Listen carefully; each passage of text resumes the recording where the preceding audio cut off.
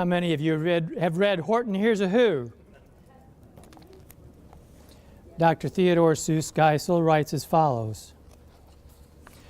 On the 15th of May in the jungle of Newell, in the heat of the day and the cool of the pool, he was splashing, enjoying the jungle's great joys, when Horton the elephant heard a small noise. So Horton stopped splashing. He looked toward the sound. That's funny, thought Horton. There's no one around. Then he heard it again, just a very faint yelp, as if some tiny person were calling for help. I'll help you, said Horton. But who are you? Where? He looked and he looked. He could see nothing there but a small speck of dust blowing past through the air. I say, murmured Horton, I've never heard tell of a small speck of dust that is able to yell. So you know what I think? Why, I think that there must be someone on top of that small speck of dust, some sort of a creature of very small size, too small to be seen by an elephant's eyes. Some poor little person who's shaking with fear that he'll blow in the pool. He has no way to steer. I'll just have to save him, because after all, a person's a person, no matter how small. And of course, he ran into all kinds of trouble. All of his animal friends tried to destroy that speck of dust in one way or another, thereby destroying all those small people. Through the high jungle treetops, the news quickly spread. He talks to a dust speck. He speaks out of his head.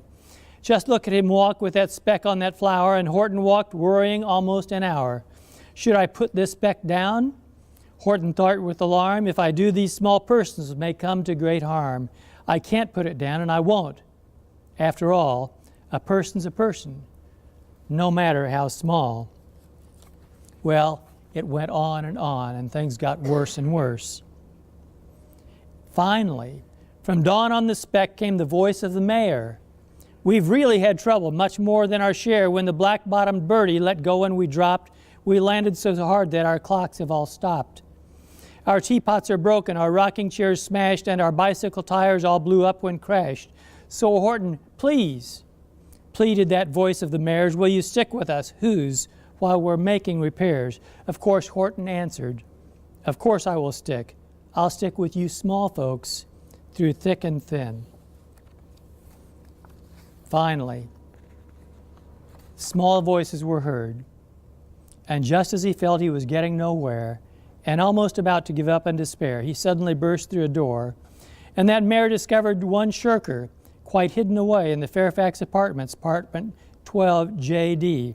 A very small shirker named Jojo was just standing and bouncing a yo-yo, not making a sound, not a yip, not a chirp, and the mayor rushed inside and he grabbed the young twerp. Well, with that young twerp's voice, they were finally heard. And of course, the town ultimately was saved. From sun in the summer, from rain when it's fallish, I'm going to protect them, no matter how smallish. Now, isn't that Rotary? We try to protect and do good works for those who can't help themselves. Think of the peace initiatives. Think of polio. Think of the 6 areas of focus. 2 things that Rotary try in the surveys that Rotary is best at. Number 1, friendship. And number 2,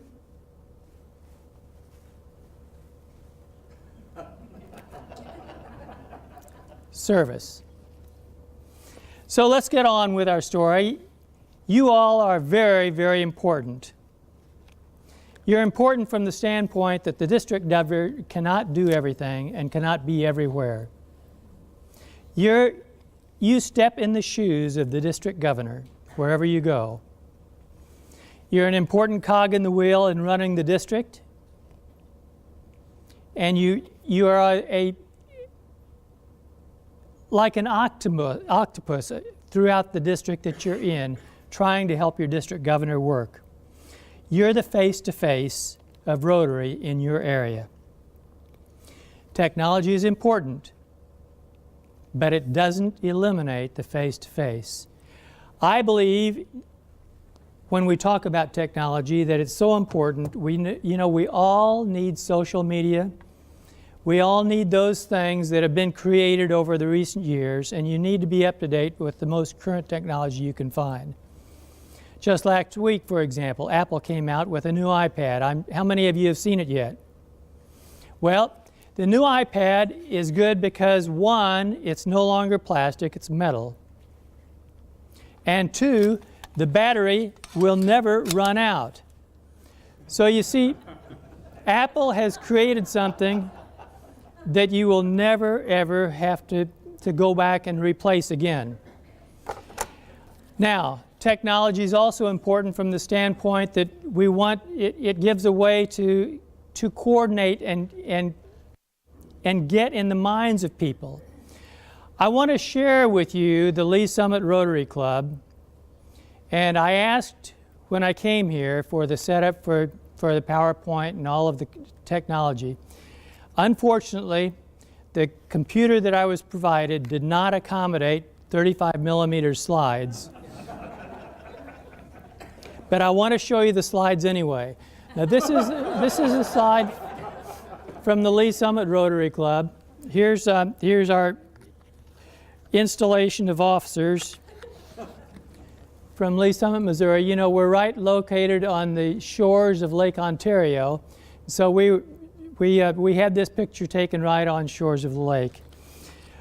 But your resources are endless for Rotary. In addition to the technology, I highly encourage you. Have you all seen the book, A Century of Service by David Ford? Please raise your hand if you have. This was the book that was written for our 100th anniversary. I highly recommend it. It's very readable, a good resource. Please get that and read it. In fact, I recommend that you read it a couple times. You have your Assistant Governor Manual. Do all of you have your Assistant Governor Manual? Have you cracked the cover? You have the Rotary Foundation Report of Operations. It's not just facts and figures. It goes back to what we call service. We have the information on the 6 areas of focus. A plethora of information on the 6 areas of focus.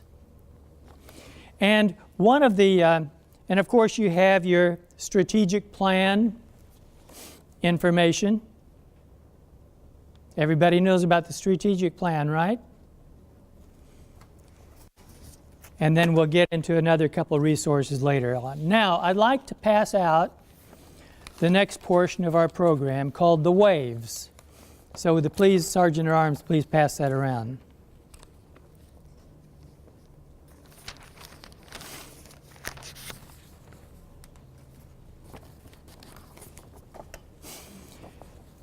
Years ago, I was asked to work on the installation and program for district governor nominees. And I thought about it, and I thought, you know, a district governor's role is like standing on an ocean. And the waves come, and they just keep coming. They never stop. Some of the waves are bigger. Some of them are smaller.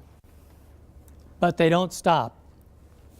So what you have in your hands currently now, if you see on the handout, on the right side you have the different kind of waves. As I said, some of the waves will be bigger and some smaller. On the left side is the district governor's Rotary year and all of the activities that that district governor is involved in. The ones that are starred are the big waves. They're the hurricanes and the monsoons and the floods and the swells. So let's go through these. If you have any questions about it as we're going through, please raise your hand. Let's be interactive.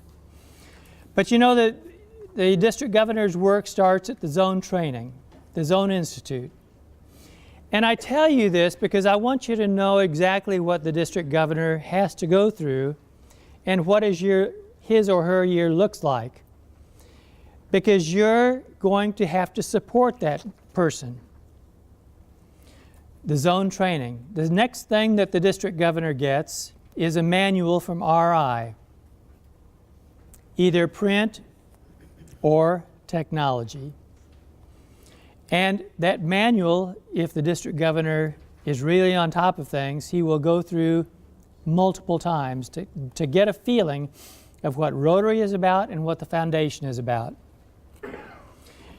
The next thing that the district governor nominee will do, or elect at that point, will be go to International Assembly in San Diego with all the other district governors worldwide. And then at that time, goal setting will be established for the district. And goal setting, you can help your district governor because you need to get input, or the district governor needs to get input from each one of the clubs to get realistic goals. After the goals are set, or during that time, and really even months before, that person is probably thinking about who he or she is going to appoint as chairman of different committees, and appointment of assistant governors. And of course, the team needs to be somebody who will fit in with that district governor and will do the job as well. When I was district governor, I also had what I called a kitchen cabinet. It wasn't an appointed or published group of people. It was people that I knew that I could count on to alert me if something needed to be done, or I was overlooking something, or something was done in an inappropriate way. Somebody who I wouldn't mind having call me and tell me, hey, watch out. And you can be that person. You want to have a relationship with your district governor where you can pick up that phone and say, hey, were you aware of this happening or this person? That's the kitchen cabinet. And sometimes that person or group of people may be more important than the actual published leaders. Developing the directory. And of course, we all used to have printed directories, and now most of us have gone to the technology directories. Pets. You're here today. This is extremely important. Get to know your presidents. Get to know them so that you can pick up the phone and they know you by face. Again, face-to-face contact. I don't care whether it's on face-to-face or telephone or email or fax or whatever way, but you need to keep in contact. District training, extremely important. It gathers together all of the people we've been talking about, the chairman, the AGs, whoever is involved in the programming of the district. Leadership conferences, again. Foundation dinner. How many of you have foundation dinners? You know, sometimes the planning for a foundation dinner can be as difficult as a district conference. And from a money standpoint, extremely important for the foundation. Foundation goals are revisited throughout the year, but you need to be alert about how your clubs are doing in terms of meeting their goals. It's very important for each club to determine its goals. And in North America, we're doing better than the rest of the world, but there are still those clubs who don't get it. When you make your visits to the clubs, emphasize the need for goal setting. The clubs that have goals maybe will reach them. If they don't have goals, probably not. And then the use of funds combined with, and drop down a little bit, creation of a balanced budget learning Rotary International Accounting, which is not like any other accounting, and final accounting. But you know, your district governor has to wear several hats. And the district governor is given a certain amount of money at the start, but not all of the money to reimburse him for all of the expenses that might come up. And that final amount of money is not given until Rotary is satisfied that the accounting is made. It's just one more thing that's in the mind of the district governor all the time, and that you need to know what is going on. Then we go to international tasks. Now, most likely the district governor is going to be surprised at some time during the year. In my year, we were surprised, it was 2002, 2003, by the second fundraising for polio. We didn't know it was coming, had no forewarning until we got to Anaheim. That's where we met as district governor-elects rather than San Diego. And we were told that we had to raise $80 million.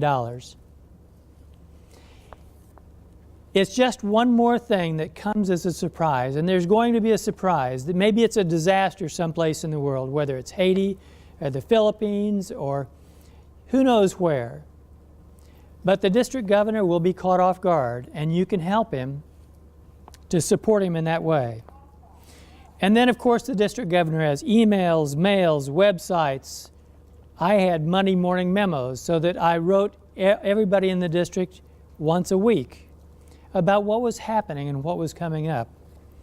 Just one more thing on his plate or her plate. There are other district conferences that your district governor will be invited to go to. There are special club functions. There may be scrapbooks to put together, memorializing what's gone on during the year. There are details, questions, office organization. There are reports that the district governor will have to turn in at the end of the year on each and every club visit. What has happened in those clubs that is in that district? Spouse's involvement, always a problem.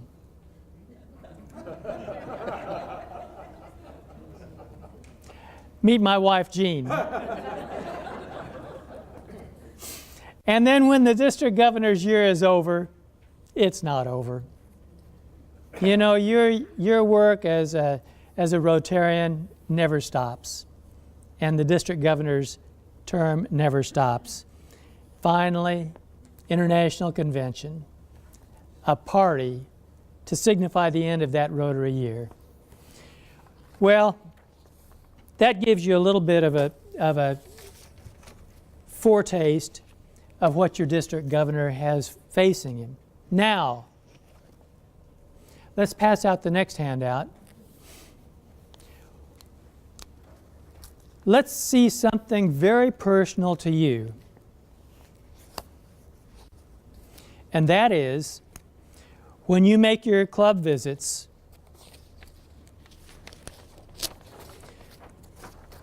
you're going to be asked lots of questions about Rotary.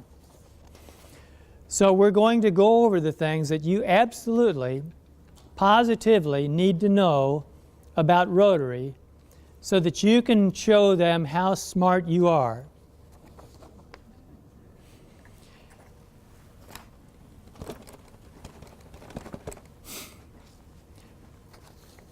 We're going to talk about Rotary shallow trivia in depth. And again, technology is important, so we're going to use a PowerPoint.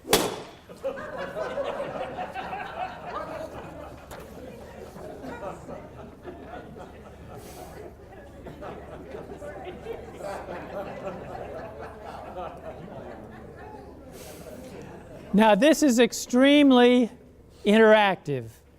So you're going to have in front of you a list of numbers that you need to know. If you know what the number means, just yell it out. And if 3 or 4 of you yell out the same answer, that's fine. But we want to make sure that we know what these numbers mean. Just a few more. All right. 1905.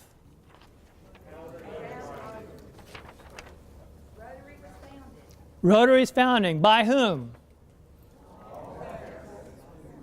Alone? Who else?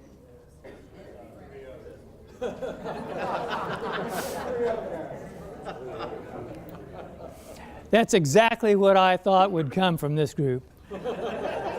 All right. Sylvester Sheely. Who was Sylvester Sheely? He was Paul's best friend, and what else was he noted for?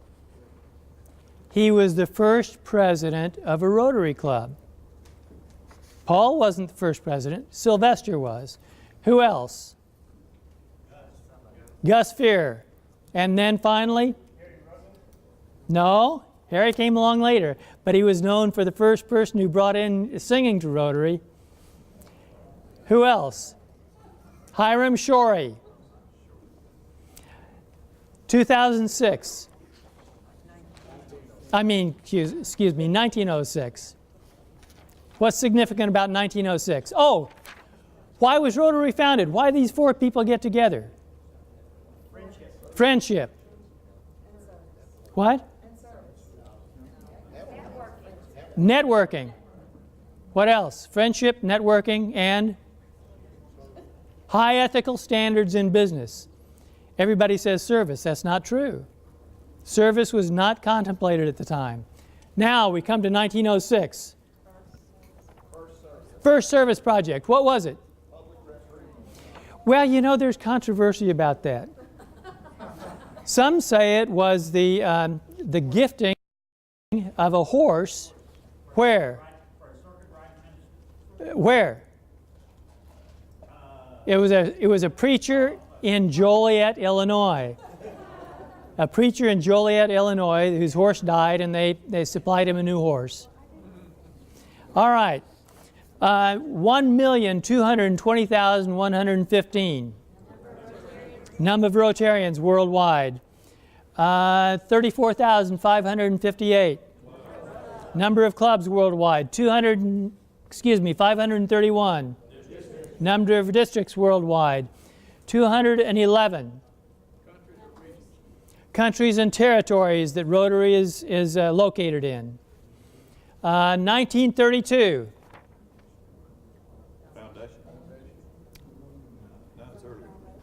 Extremely important.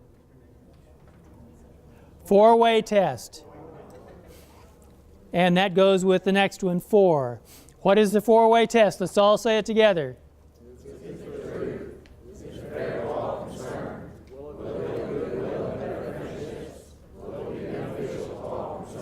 Thanks, I didn't know it. Okay. 5. Avenues of service. What are they? Okay, let's start out at the lowest and most important level. Club service. Next, community service. Next, vocational service, the forgotten one, yes. Next, international service and youth service. All right.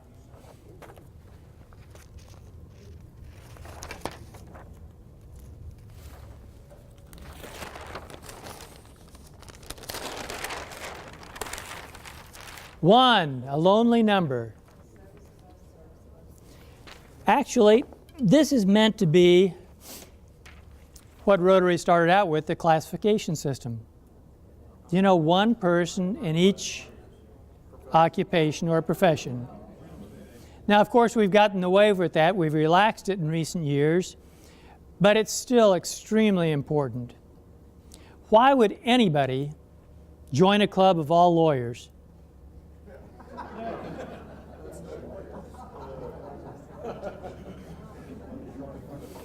So you want to have diversity in occupation as well as diversity in all other areas.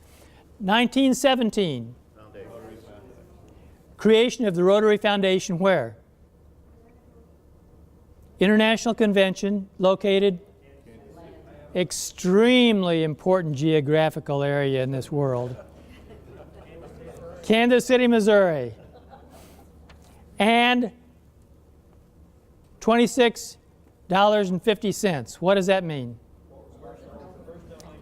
The first donation to the foundation. And how did that come about? The amount left over by that generous Kansas City, Missouri Club 13. And they donated that in memory of Arch Clump for the beginning of the foundation. 1,000. What?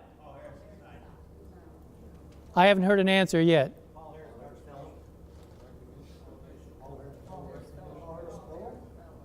It's a beginning. It's a beginning. $1,000 is a beginning. If you're a member of a church, do you give $1,000 and quit? What would happen if all of us gave $1,000 to our churches or houses of worship and quit giving? It'd fall apart. $1,000 is a Paul Harris award, but it is simply a beginning. Encourage every opportunity you get to give monthly to Rotary Direct. And encourage people to get to the Paul Harris Society level. Have them go ahead and deduct that amount for the Paul Harris Society for $1,000 each year, every month, directly out of their bank account. They won't miss it. The significance is, you've probably heard, the members of Paul Harris Society make up 3% of all Rotarians worldwide, and yet that amount accounts for 38% of all of the funds that the foundation receives. 3% represent 38% of all the funds. 3, Rotary's mission through the foundation for education, humanitarian, and of course its number one priority, eradication of polio. 1948, the first ambassadorial scholar, and of course it became the biggest foundation, private scholarship foundation worldwide. 6/2. Now we're going to get you. 6/2.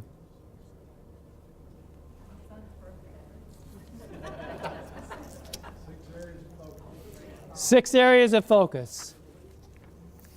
All right, folks. What are they? Peace and conflict resolution.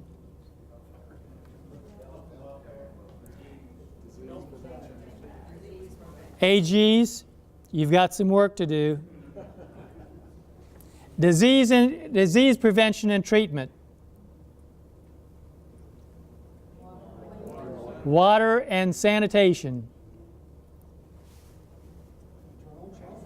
Maternal and child health. Basic education and literacy. Economic and community development.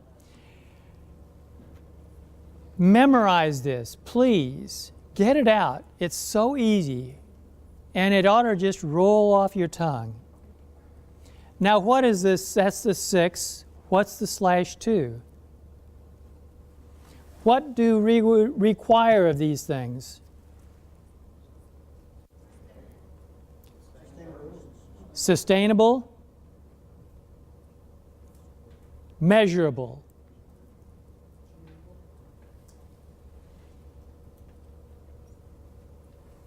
Let it roll off. All right. 176,500,000. No? More money than I made last year. That's the truth. That's the amount of money that your foundation gave away last year. And it's broken down into the next figures. 12% to education, and it comes directly from one of those resources that I was telling you about. 2013 facts. And I'm sure that there's going to be a number of these out there, but I encourage you to get this and look at it. 12% for education, 29% to humanitarian, 15% to future vision, which of course will drop off now, and 43% to polio. And the final 1% was other. I think that was legal fees, and it should have been higher. 450,200, whatever. Anybody know? The number of estimated polio cases that were contracted each year prior to 1980. It started dropping after that, but that was the high point. 1985.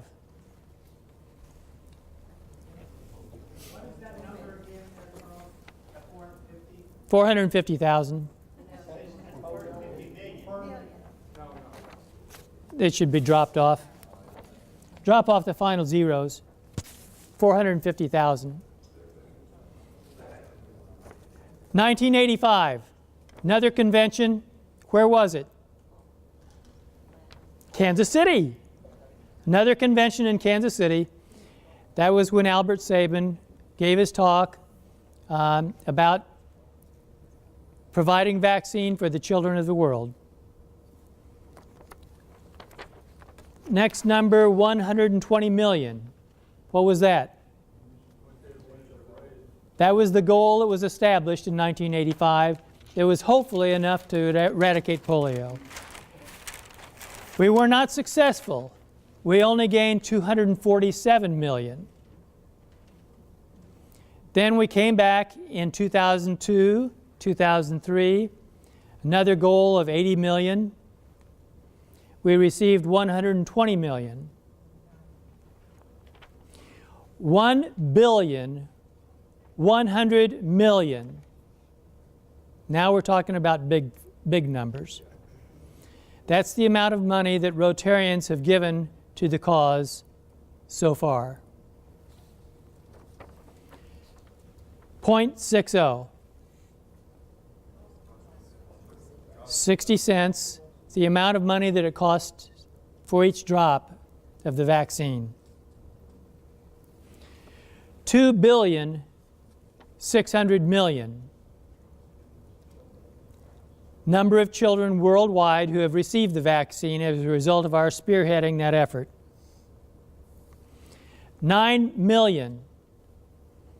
The estimated number of cases that have been saved by giving the vaccine. Think.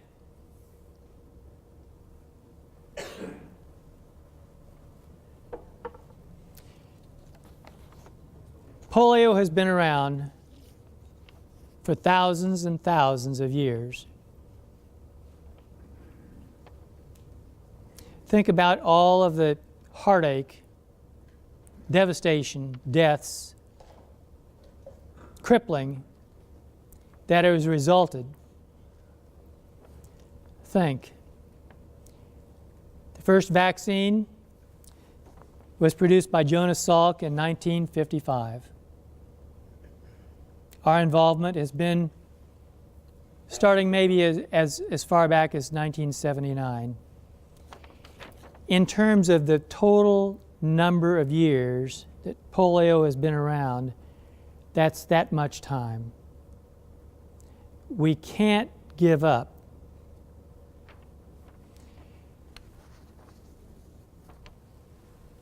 '99. We're 99% of the way there. Better than 99% of the way there. And you'll hear about the update on that from John Jerem on Saturday.